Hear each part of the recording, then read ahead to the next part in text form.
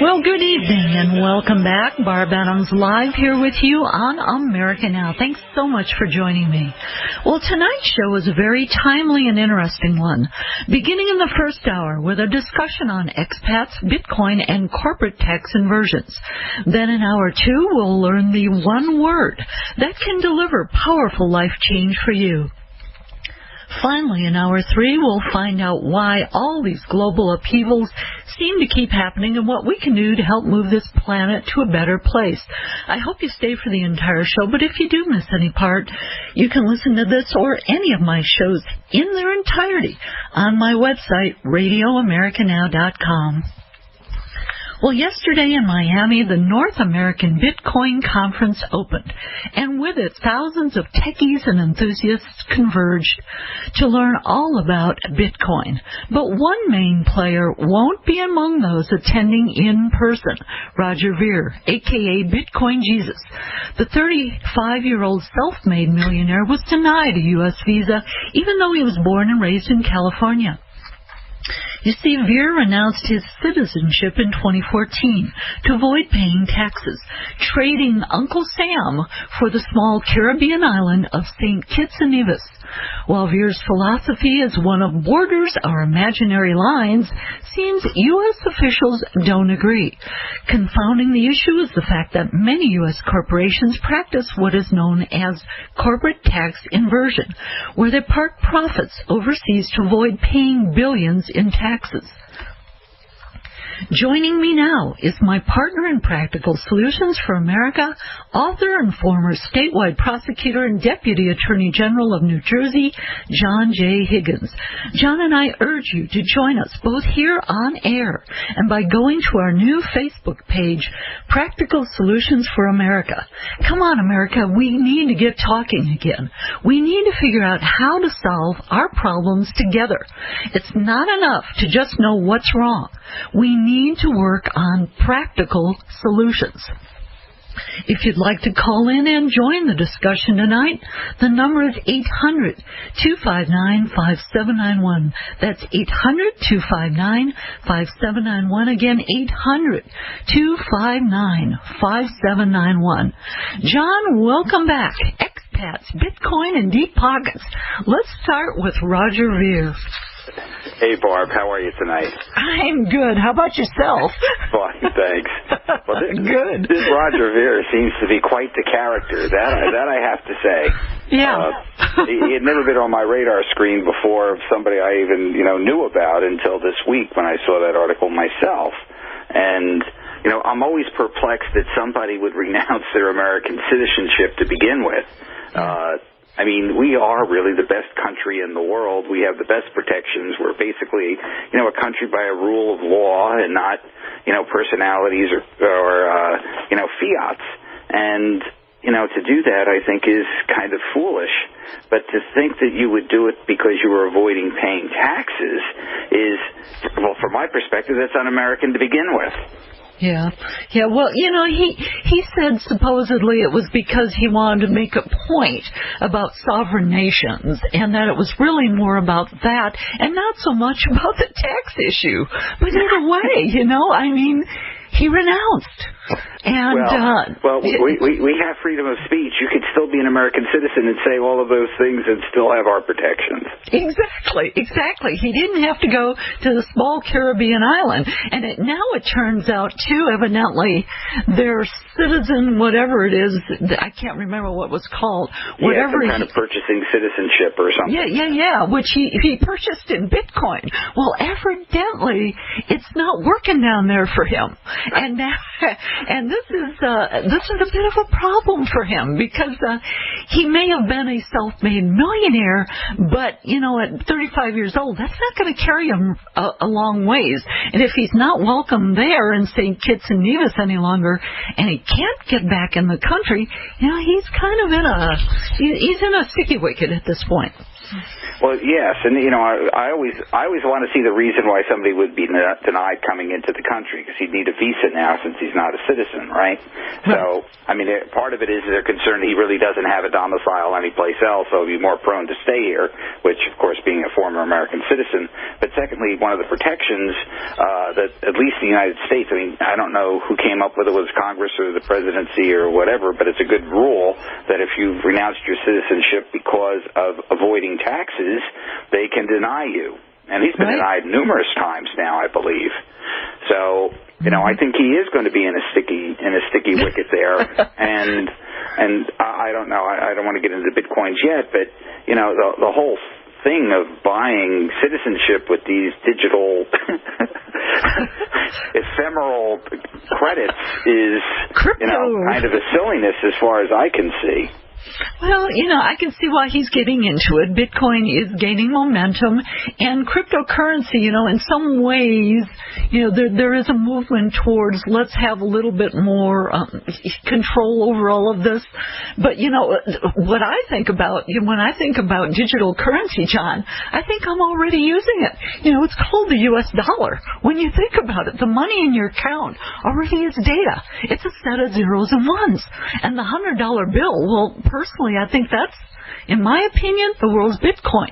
It's pretty much anonymous, it's easy to use, and it's actually easier than Bitcoin because you don't need the computer.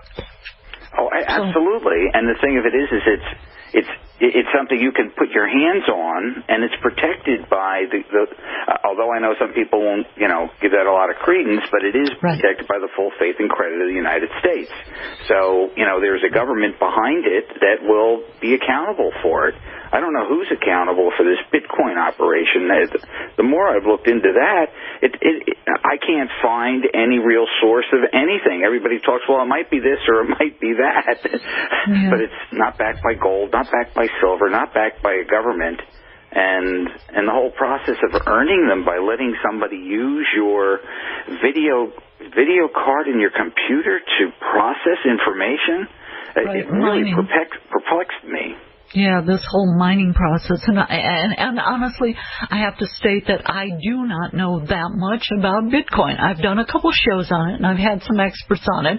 It sounds interesting at this point. I have not invested in it myself, either that deeply into the research or into it personally. But, yeah, you're right. And the way it's been falling recently, I mean, talk about volatility. This thing is all over the place at this point. The last I looked a day or so ago, it was like down to $214 or something. It had been way up, and that kind of volatility to me doesn't feel very comfortable. At least it was up over 1,000, right, a week or so before. And this Roger Ver, when I've looked into it a little bit more, I mean, of course, I don't have my detectives any longer that I can get real face-to-face stuff from, but it's all internet research. Is that he bought a whole bunch of them at $1 a piece. So, I mean, he certainly wants them to go up to $10,000 a shot. Sure. And that's the whole point if you get in early on any of these things. I think with Vera, though, it's even more interesting, too, because supposedly, John, he checked with his lawyers very carefully before he renounced, and they clearly assured him he'd be able to get a visa to come back into the country. But I'm thinking that, what kind of lawyer did he buy there? Because they were obviously very bad lawyers, because as you noted, John, the U.S. Code explicitly states former citizens who renounce citizenship to avoid taxes are excludable. All right, we're going to continue this on the other side of the break here on America Now, so stay with John and I. We will be back. All right, everybody, welcome back. John Higgins, Barb Adams here with you. We're talking expats, Bitcoins, and corporate tax inversion. This first hour, we'd love to hear from you. 800-259-5791. What's your opinion on Bitcoin? You using it? You may know more than us about this. Call in. Let us know. 800-259-5791. John, Vera was talking about the positive aspects of Bitcoin. You can pay from anything from a meal to clothes to even, hey, illicit drugs, from online marketplaces, including the infamous Silk Road that I think a lot of people have heard about. But this has led to a lot of crackdowns about Bitcoin. But, there are other things, supposedly, like you can send any amount of money anywhere in the world instantaneously at almost no cost. Sounds almost too good to be true. I think it is. I mean, I had a buddy that at one point him and his friend were doing the bit mining or whatever they called it. Mm-hmm. And I spoke to him because I hadn't, followed up with him about the thing. And they said eventually that it was costing more in electricity than what they were getting in terms of a benefit. And so that was how I guess people earn, Bitcoins by not going out and purchasing them. I always have concern, though, that something is running in your own computer behind some kind of wall that you don't know what that thing is. And the example I had heard, when I was looking into this is that, the banks are running this information behind you. And I'm going, why would a bank expose their information in any form to be doing computations on individuals' computers? Yeah. So that, to me, is also an opening for nefarious, conduct, particularly, for hackers across the world. I did not know that, so thanks for letting me know. That's another thing. You don't know what's kind of running in background constantly in there, and the only way I think you can kind of protect yourself, and I use a lot of malware, Malwarebytes and Avast, the professional and all that, but you just never know. But the whole Bitcoin thing is so new yet, and I know it's been around now, 6 years or something like that. But I think what's interesting is when I looked at the latest headlines out of Miami, one of the main people down at the convention down there, the Bitcoin conventions, he is the CEO of CoinCenter, and I can't think of his name right offhand, but anyway, he was, as soon as he said, wow, this is great, this is like, I feel like rockstar Bitcoin or something here, but almost as soon as he said that, he started taking a very contrarian view of Bitcoin's potential. He was talking about how, most people say that the digital currency is a low-cost consumer payment alternative. He said, actually, in fact, it's way more expensive option. So I think that's very interesting, because for those who are saying, oh, it's much easier and more low cost, it actually costs way more, and you were just talking about that. Yes, and the other problem is that there's these repositories where it supposedly sits, and there's really no controls on that. But when I'm looking into it, this past week, this Mt. Goats website or whatever that supposedly was the repository, I guess their form of Fort Knox or something, all of a sudden they're missing like 850,000 Bitcoins, and they go bankrupt, and then they eventually liquidate. They don't try to resolve themselves. That's kind of frightening when you're putting real money into it. If you're letting something run in the background of your computer, to me, if you're foolish enough to do that, well, so be it. And, if you earn the Bitcoins that way, that's one thing. But if you spend $1,000 on a Bitcoin and the repository isn't safe, I don't even think that's gambling. I think that is high risk, Yeah. Well, like Fort Knox, there's probably nothing in either one of them, right? Well, I still have faith that there's gold in Fort Knox. I don't think that the American government is that foolish. But the other thing I thought was interesting with Roger Ver is that his first website was some kind of used computer parts site. And I was thinking to myself that, if I really wanted to make money off this, I would configure a computer with 15 video cards in it and let it run, 24 hours a day, 7 days a week, as long as I could get it so that there was some kind of margin of profit in it, you could earn all these things that way. Yep. Well, there you go. You've been in criminal justice a little too long. You think that You're thinking like they do, John, but wisely so. That's a good way to look at it. From a libertarian viewpoint, I think that part of the appeal of it was that they were staying outside of governmental controls, and that the government didn't know what was going on among all of these things. Right. And then I saw an article that basically said that the United States government declares Bitcoin's currency. And so I looked, because I'm figuring, oh my God, did they all of a sudden give it an imprimatur? And what they really did is the IRS code considers it currency in terms of reporting requirements. That's so interesting. If you're getting Bitcoins and payment and all of that, you still have to report it. Yeah, and yet on the other hand, don't they also consider it a commodity? That's very interesting.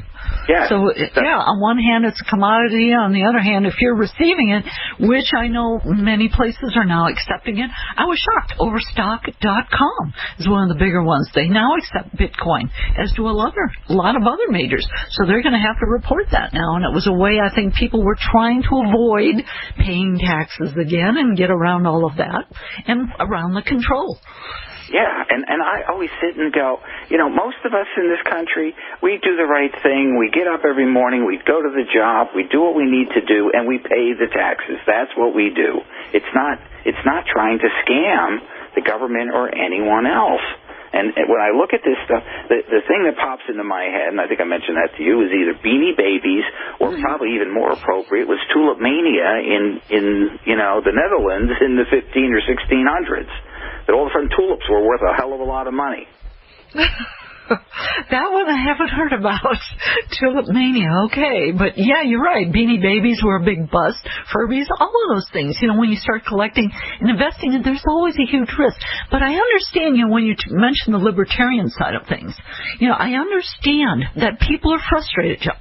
We want to get away from the high taxation. We want to get some control back to the people. So that much I understand, and I think you understand this as well. But there are other ways to go about it, because in a system such as Bitcoin, you're still leaving the door wide open to other people having control. So are you replacing one form of control with another? And at least on one side of the control, kind of what you're up against. With the Bitcoin, do you really know? I don't think you have any idea, and that was the weirdest thing. They're not sure who started to create it. It was a Japanese gentleman that all of a sudden nobody can find. It's yeah, it could be. It could just be another not even traceable. Yeah, exactly. And yet people are following. We'll find out. We'll see where it goes. All right, America Now continues. All right, everybody, welcome back. I'm joined this hour by John J. Higgins. We're talking Bitcoin currently. And, John, Bitcoin's role in reducing transaction costs, it's really noteworthy. We really do need to kind of look at it that way. But it's really just a part of a broader evolution going on, I think, with money worldwide. The future of money is really going to be finding ways to transact in lower cost ways, I think. And, that's a societal trend. That's not just here, and it's probably not limited just to Bitcoin. That's true.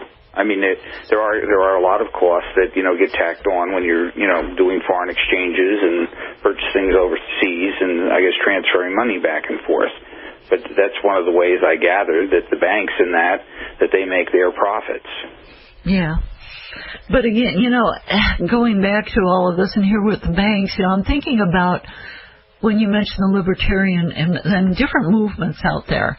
And people, we revolted a long time ago for a lot less taxation reasons. We're sitting at a taxation rate that's just horrendous right now. And we're trying to figure out ways to get control back to the people.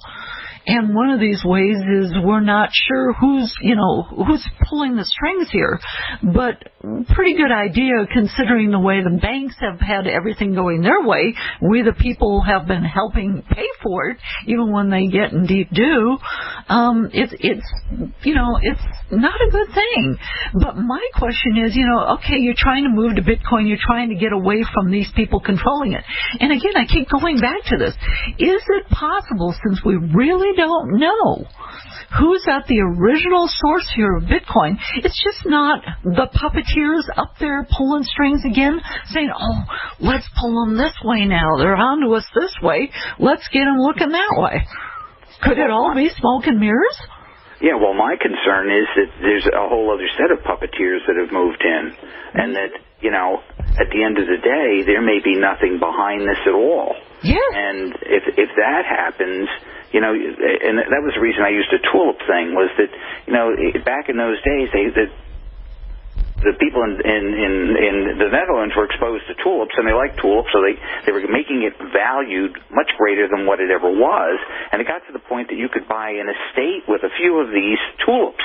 Wow. And when the flowers die and they find out they really have no inherent value, so whoever's there at the top end or at the last levels of those kind of scams end up holding the bag, and they end up with nothing.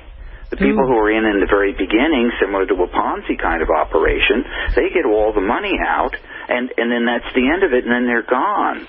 And to me, any kind of currency that anyone should ever use should have some kind of inherent value somewhere. Yeah, I agree. So what I'm hearing you say, John, then, is the buyer should be aware. Beware, because this sounds to you, in your expert opinion, because you've dealt with a lot of this kind of stuff, this could be a big pyramid scale. Oh, absolutely. And like I say, when I start looking, because I always go to the source, it's like, okay, where did this come from? So how does this operate? And then everything you ever hear about it, well, we think it's this or it might be that. And then I understand there's some algorithm that there's only a certain maximum that can ever be done. Well, who's seen the algorithm? At least when you have a government that's in behind it somewhere, or as much as I hate to say it, some kind of corporation that's behind it somewhere, you can get real answers in terms of what it is. But this is so ephemeral. I mean, you can't even put your hands on it. Yeah, literally. Yeah, at least literally. money. Yeah, at least money. I mean, you can put your hands on it. We still have that. It may not have a whole lot of value. We may keep printing it and printing it and printing it, but it is what is accepted at this point. And it is of value at this point. It is accepted that way. Right. So I hear what you're saying. And the dollar, like you say, is accepted worldwide. Regardless of what people may say about that, it still is. And we are the police force of the world. We are the the center of enterprise, pretty much. We protect everything. We make things work. So that there's some hope that even if things were going south, that you would get something for it. But this thing, I don't even know who you hold accountable. I don't know how you would sue them. I don't know where they're based. I mean, it becomes this thing that it's somewhere in the world. But where? Grinding away in the back of your computer, John.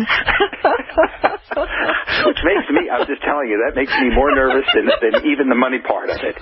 Because, you could have terrorist networks using the background in that computer. Exactly.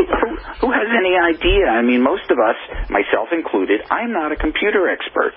I have Norton that checks my stuff, Thank God for Mr. Norton. And then if I'm going to put something on my system that I don't know what it is, I would feel pretty foolish if all of a sudden my computer was taken over. Yeah, that's true. And I'm going to suggest maybe some better antivirus and malware for you, but that'll be private. So anyway. Yeah, okay. Well, I get jammed up sometimes. They take my computer over and fix it for me, and I like that. Oh, geez. Oh, no. Why? Confounding this whole issue, going back to Roger Ver and the whole renunciation thing, as I mentioned in the beginning, we've got U.S. corporations parking their profits overseas to avoid paying billions in taxes. Now, I know some people, in government say this is un-American, but as yet, they're still doing that. What's the skinny on corporate inversions? Do you know? Well, again, it's not my area of expertise, but I'm a pretty quick learner. When I looked into it, what it really was that the corporations would have themselves pretty much bought out by a foreign entity, and so therefore they could claim that now they were a foreign corporation, and in that guise, they were subjected to whatever the tax rate was in the foreign country, which of course would be much less than what's in America. So that way they could. I don't think they could hide American profits, but they could hide any kind of foreign profits to keep it from being taxed at the American rate. And I think that some of the confound in that, though, is that the corporations don't pay the 35% with all the deductions and, exclusions that they get to apply. And it seems that this is just a way that they were trying to, bury more money and not expose it to American taxation. Oh, interesting. So let me see if I got this right. So then it's basically a U.S. multinational company. It's renouncing its U.S. citizenship because it combines them with a smaller company in a foreign country where typically that corporation tax rate's lower and their tax rules are more favorable. So then are the U.S. companies then registered and has operations in more than one nation, even though the U.S. company can still function as a parent parent out of the U.S. And that still meant that they could keep their headquarters in the United States. Yeah. So if you took Ireland, which has a really low tax rate, I gather, and you say that you are now incorporated or owned by a company out of Ireland, you could still have your corporation out of Washington, D.C., the corporate headquarters. You didn't have to move over to Dublin. Now, they've come up with new rules as of the fall of this year that really have kind of cut off a lot of that inversion stuff and made it so that they have to prove that, that the American section that owns that's being bought out, the American section has 80% of the company, it's still all subject to U.S. taxes. Or if it's between 60 or 80%, they have other penalties that then apply. So it made the inversion thing not so attractive. Okay, that's interesting. So at least it's cutting it back somewhat, because I would think this would be a huge drain on U.S. tax revenue, especially combined with the rising number of corporate inversions that I was noticing that were going on out there. All right, stay with John and I. We will return here on America Now. Hey everybody, you're listening to America Now. Joining me is John J. Higgins, and we've been talking Bitcoin and corporate tax inversion. And John, before we continue on that, we do have a caller. We have James in Fort Collins, Colorado. James, you're on the air. Go ahead. Hi, Barb. Hi, John. Hey, James. We hear a lot about guns, gold, and ammo. Do you think the situation's really that bad in terms of what's backing the dollar? I'm not sure. Can you elaborate a little bit? Well, there's still a lot of talk about the collapse of the dollar and going to a gold standard. Okay. You mean a return to the gold standard? Yeah, I think that's what he's talking about, yeah. Do you think am I hearing you correctly that you think we should be returning to the gold standard? Do you think that it would help? I think that's impossible. I don't think you can go back. Well, there's probably not enough gold in the world to allow a return to the gold standard at this point, probably.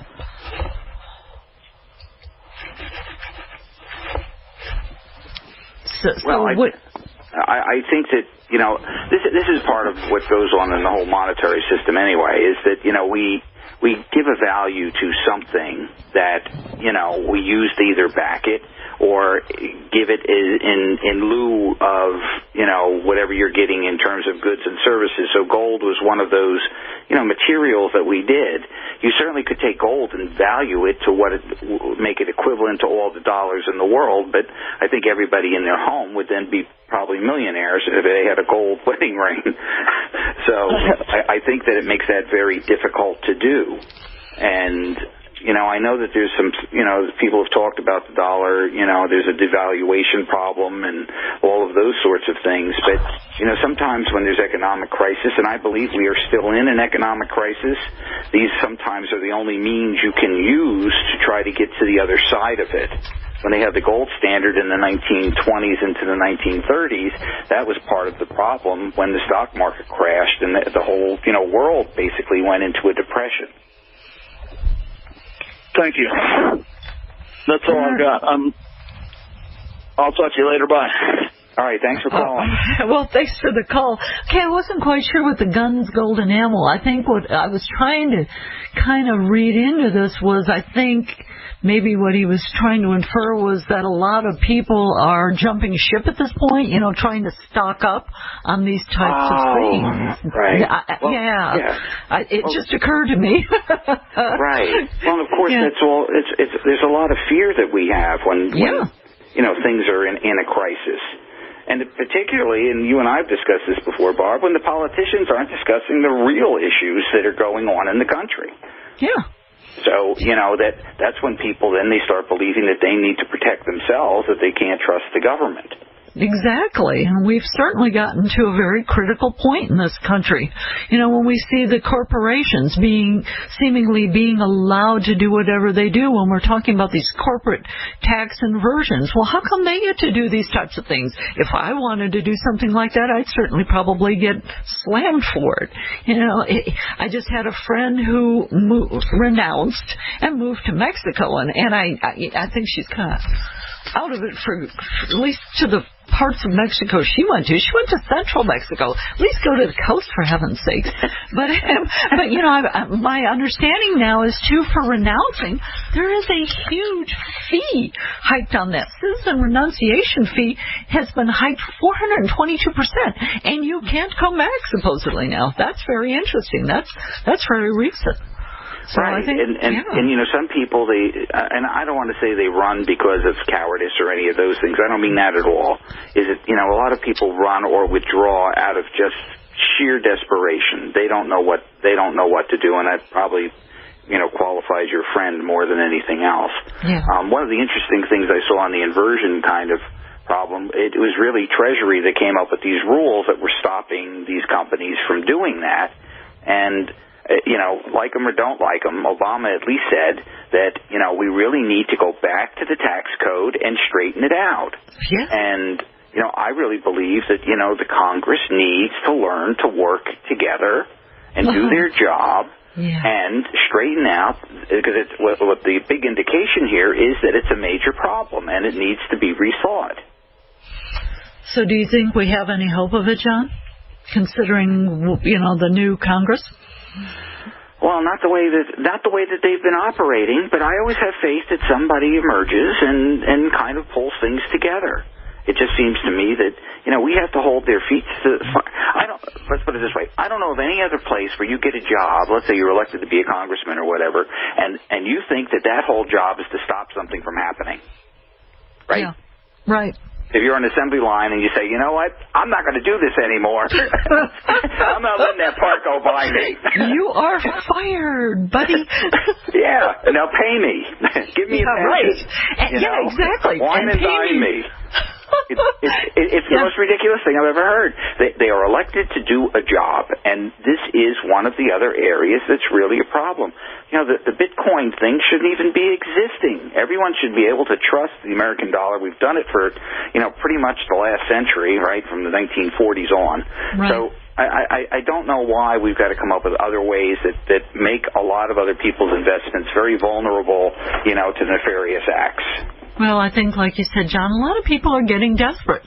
They're looking for ways to try to fix things, but they don't seem to be practical ways sometimes. They may think it's practical at this point, and who knows, maybe down the road, I'm not going to judge, maybe it'll turn out to be a wonderful thing. Who knows? Or lead to something that works. At least people are starting to think about this. And I think the whole point of why you and I are doing Practical Solutions for America is this. We want people coming together. We want to unite people. We want to be talking. We don't all have to agree. That's the whole point. We shouldn't have to all agree. But let's talk about it. Deliberative dialogue. That's how America moves. That's how she became great. Absolutely.